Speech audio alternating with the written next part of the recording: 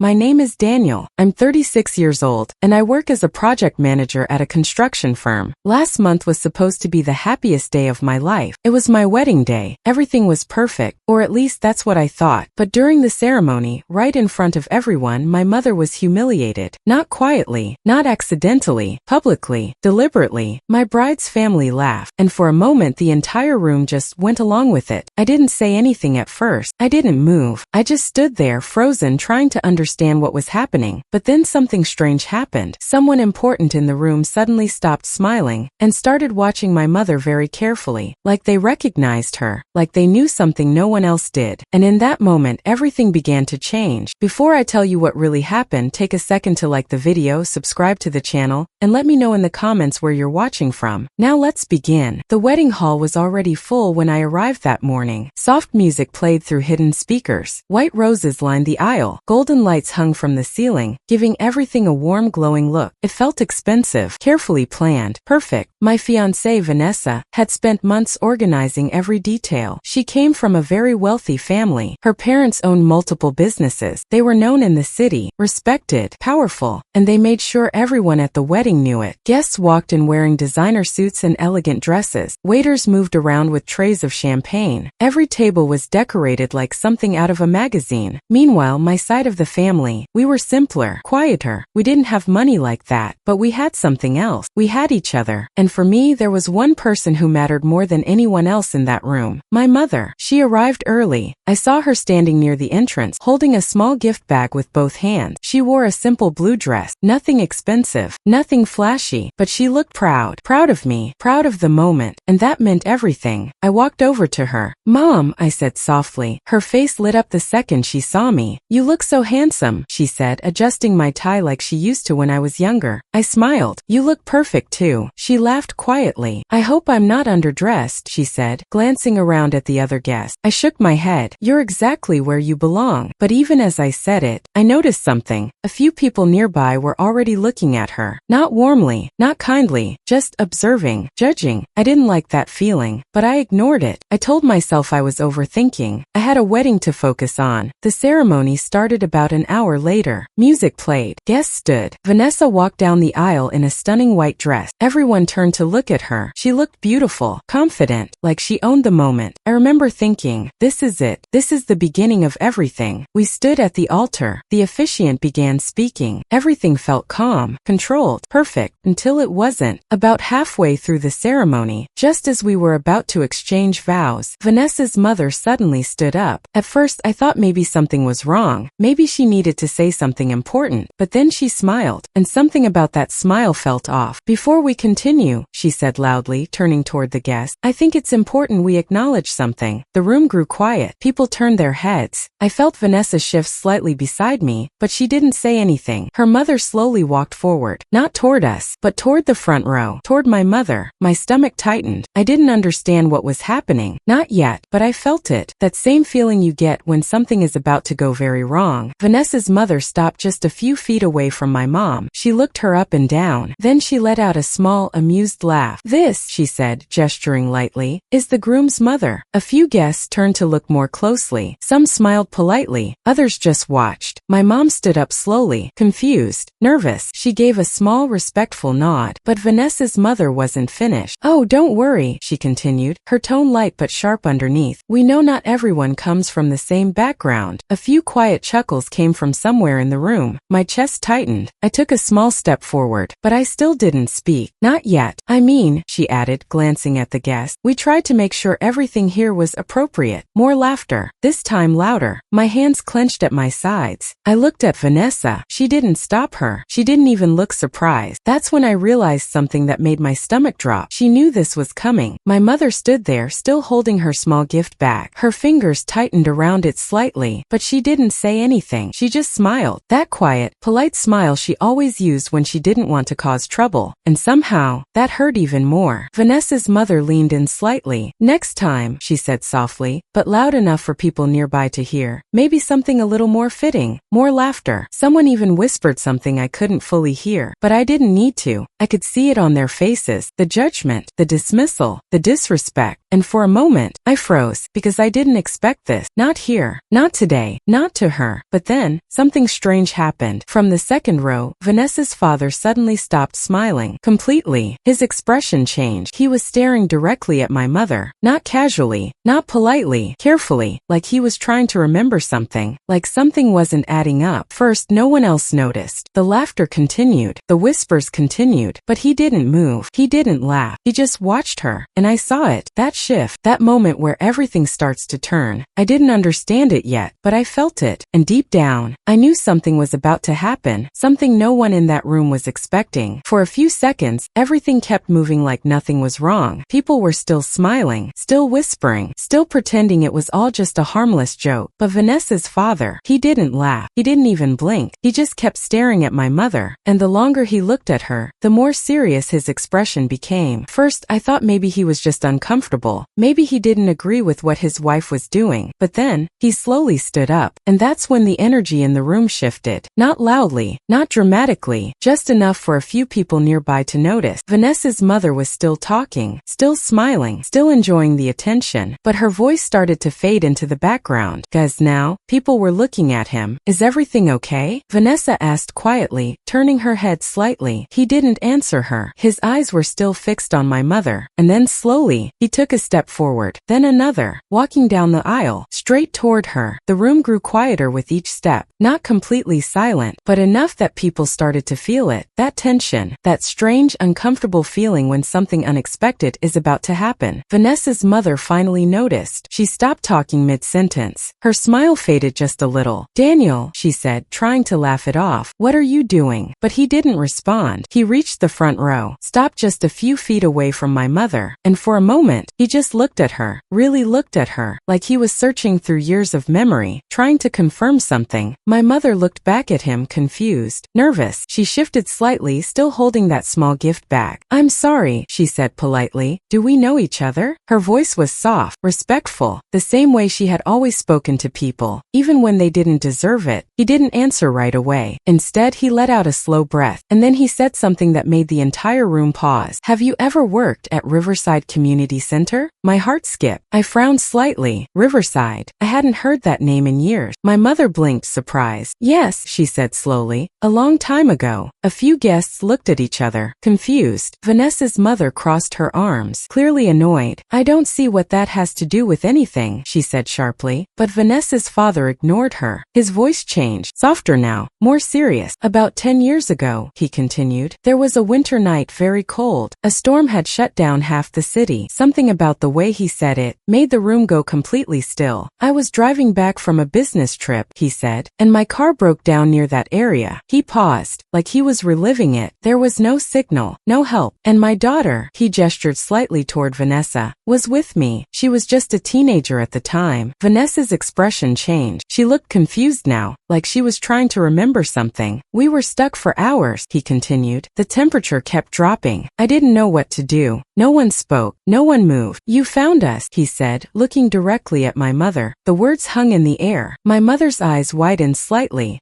She hesitated. "I helped a lot of people back then," but he shook his head gently. "No," he said firmly, "you didn't just help." He took a step closer. "You took us inside the center. You gave us blankets. You made sure my daughter was warm. You stayed with us the entire night." Vanessa slowly turned toward him. "Dad, what are you talking about?" But he didn't look at her. His eyes were still on my mother. "I offered you money," he continued, "a lot of it, but you refused." My chest tightened, because I knew that story. I had heard it before, but never like this. "You said something I never forgot," he added quietly. The room felt frozen, like time had slowed down. "You said, some things you don't do for money. You just do them because it's right." A deep silence filled the hall, the kind that feels heavy, real. And then, he turned, slowly, looking around at the guests, at the same people who had been laughing just moments ago. "This woman," he said clearly, pointing gently toward my mother, "kept my daughter safe when I couldn't." No one laughed now. No one whispered. Nothing. Vanessa's mother's face had gone completely still, like she didn't know what to say anymore. Vanessa looked at my mom again, but this time, not with distance, not with indifference, with something else. Uncertainty, realization, and maybe a little guilt. I felt something shift inside me. That pressure I had been holding in my chest since the ceremony started cracked, but I still didn't move. Not Not yet, because something told me this wasn't over. Not even close. Vanessa's father looked back at my mother, his voice softer now. If it wasn't for you, he said, I don't know what would have happened that night. My mother shook her head gently. It was nothing, she said. Anyone would have done the same. But he shook his head again. No, he said. Not everyone would. And then, he turned toward his wife, the woman who had just humiliated my mother in front of everyone. And for the first time, there was no warmth in his expression, only disappointment. You laughed, he said calmly. The words landed harder than anything else. You laughed at someone who once protected your daughter. The room felt even smaller now, tighter, like everyone was suddenly aware of what had just happened. Vanessa's mother opened her mouth slightly, but no words came out. Not this time. And that's when I finally moved. I stepped forward, not rushed, not angry, just certain. The officiant looked confused. Guests turned their heads. Vanessa looked at me. Daniel, she said quietly, but I didn't answer her right away. I walked down from the altar, stopped beside my mother, and gently took the gift bag from her hand. Then I looked at her, really looked at her, at the woman who had sacrificed everything for me, who had never once asked for recognition, who had just stood there and taken the humiliation without saying a word. And in that moment, I made a decision, one I hadn't planned, one no one expected. I turned back toward the altar, looked at Vanessa, looked at her family, looked at everyone, and then I said something that changed everything. We're not continuing this ceremony. The room exploded into whispers, gasps, confusion. What? Vanessa said, her voice shaking. I stayed calm, clear. We're not getting married today. And just like that, everything stopped. For a moment, no one reacted. It was like the entire room didn't understand what I had just said. Vanessa stood frozen at the altar, her hands slightly trembling. What do you mean? She asked, her voice tight. I didn't raise my voice. I didn't get angry. I just spoke clearly. I mean, I said, I'm not marrying into a family that humiliates my mother. A wave of whispers spread across the hall. Some guests looked shocked, others looked uncomfortable, and a few avoided eye contact completely. Vanessa's mother finally stepped forward again. Her expression had changed. The confidence was gone, replaced by something sharper, defensive. Oh, don't be ridiculous, she said quickly. It was just a joke. I looked at her, calm, steady. No, I said, it wasn't. She opened her mouth to argue, but stopped, because now, people were watching her differently, not laughing, not agreeing, just watching. Vanessa stepped down from the altar, walking toward me slowly. Daniel, she said, lowering her voice, you're overreacting. This isn't the time for this. I shook my head. No, I said quietly, this is exactly the time. She looked at me like she didn't recognize me anymore, like this wasn't part of the plan. Then what do you want me to do? She asked, frustration slipping through her voice. I didn't answer right away. Instead, I glanced at my mother. She was still standing there, silent, trying not to draw attention to herself, even now, even after everything. And that told me everything I needed to know. I turned back to Vanessa. I want you to understand what just happened, I said. She sighed. I do understand, she said quickly. My mom went too far. Fine, I'll talk to her later. But I shook my head again. That's not enough. The room went quiet again, because now, they could feel it. This wasn't just about one moment. This was something deeper, something that had been there all along. You didn't stop her, I said. Vanessa's expression shifted. You laughed, I continued. Maybe not out loud, but you stood there and let it happen. That's not fair, she said defensively. Isn't it? I asked calmly. She didn't answer, because she knew. She knew I was right. Vanessa's mother stepped forward again. This is getting out of control, she said sharply. We are in the middle of a wedding. I looked at her one last time. Yes, I said. We are. And then I turned slightly, so everyone could hear me clearly. A wedding where respect should matter, I continued. Where family should matter. I paused. Let the silence sit. But if this is how you treat people you don't see as equal, I added, then this isn't the kind of family I want to be part of. No one interrupted. No one laughed. Not anymore. Vanessa's father was watching quietly, not interfering, not stopping me, just letting the truth play out. Vanessa took a step closer to me, her voice softer now. Are you really going to end everything over this? I looked at her, and for the first time that day, I didn't see the person I thought I was marrying. I saw someone who didn't fully understand what mattered to me. This isn't just this, I said gently. It's what it represents. Her eyes filled slightly, but she didn't speak, because she understood. Finally,